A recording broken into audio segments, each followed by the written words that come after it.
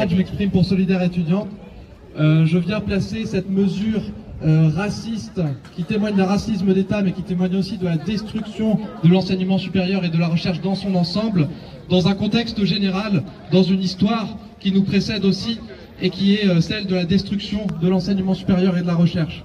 Donc, comme les camarades l'ont dit, cette mesure raciste de différenciation des frais pour les étudiants extra-communautaires, elle remonte au final au plan étudiant en 2018-2019, où on essaye d'imposer verticalement une consigne, qui est une consigne que les présidences d'université ne pouvaient pas accepter alors du fait du rapport de force imposé par les personnels et les étudiants et les étudiantes.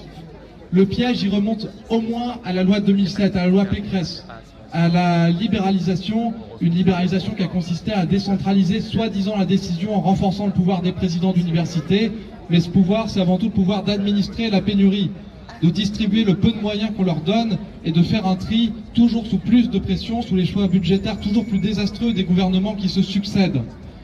Et c'est pourquoi on se retrouve aujourd'hui dans une tension budgétaire maximale, et ce levier de la tension budgétaire, c'est pour discipliner les universités, les présidences, mais aussi le mouvement étudiant, les mouvements de personnel. Les universités ont plus une thune.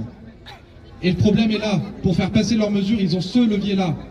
À l'époque où l'université était un service public, où les frais étaient garantis, quand on arrive dans une situation où les frais sont conditionnés à des recherches par projet, à des recherches sur l'IA, à des recherches sur la guerre, alors les universités sont mises aux abois. Donc, on est poussé à une résistance qui est décentralisée, qui doit se faire de fac à fac depuis 2019.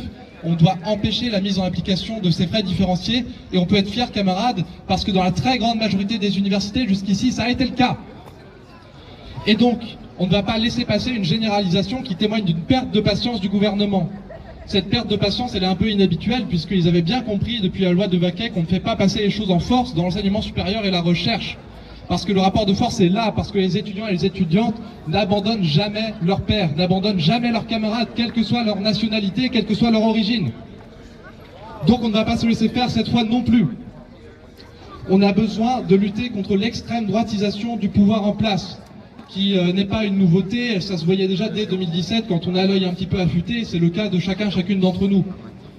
Il y a des mesures autoritaires, il y a des mesures de répression policière des mouvements étudiants, et de nombreux camarades ici ont pu en faire les frais par des amendes, par des arrestations, par des contrôles. Et ça, on ne peut pas l'accepter non plus, ce n'est pas qu'à Rennes, c'est partout, quand bien même le pouvoir préfectoral à Rennes se montre des plus agressifs. On rappelle que le préfet investi actuellement était chef de cabinet de l'ignoble